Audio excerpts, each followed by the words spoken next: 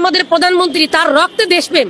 সে অবশ্য দেশ পরিচালনা করা তার বাবার কাছেই শিখছে, তার বাবার আদর্শ ন্যায় নীতিকে সে ফলো করছে।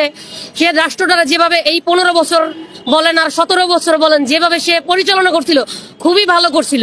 আমরা মনে করি আমাদের দেশের যতটা উন্নয়ন হয়েছে, কিন্তু ওনাকে মানুষ বলে উনি টাকা লুটপাট করছে, উনি দেশের খুনি। ওনাকে হয়তোবা কেউ খুনি বলতে পারে, কিন্তু আমি বলবো উনি জাতির কাছে নয়নমণিও হতে পারে। সরকার আমরা আসছিলাম, ভালো আসছিলাম। 19 বছরের ভিতরে এরকম ইতিহাসে কোনো সময় হয় নাই ভাই। আগে মোটামুটি ভালোই আসছিলাম ভাই, রিক্সা চালায়া মোটামুটি ডেলি দৈনিক 1500, 1600, 1700 টাকা কামাইছি। গাড়ি জমা দিয়া দৈনিক 1000-1200 টাকা আমি বাড়ি থেকে দিয়া পাঠাইছিলাম।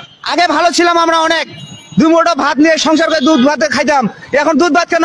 এখন সমন্বয়কদের জন্য সবাই জীবন দিয়ে দিবে, ভালোবাসবে। এখনো কি এরকম করে? ঠিক আছে, এখন শব্দ উঠছে সমন্বয়ক খেদাও, এরকম উঠছে। তো এটা এই দেশের মানুষ সবসময় চোখ কান খোলা রাখছে, তারা ভালো এবং খারাপ দেখছে, তারা ব্যবস্থা নিতে ভুল করবে। বিকল্পকে হাসিনা যেভাবে এক হাতে চীন, এক হাতে ভারত, মাঝখান দিয়ে আমেরিকা ব্যালেন্স করতেছে, এটা কেউ পারবে না।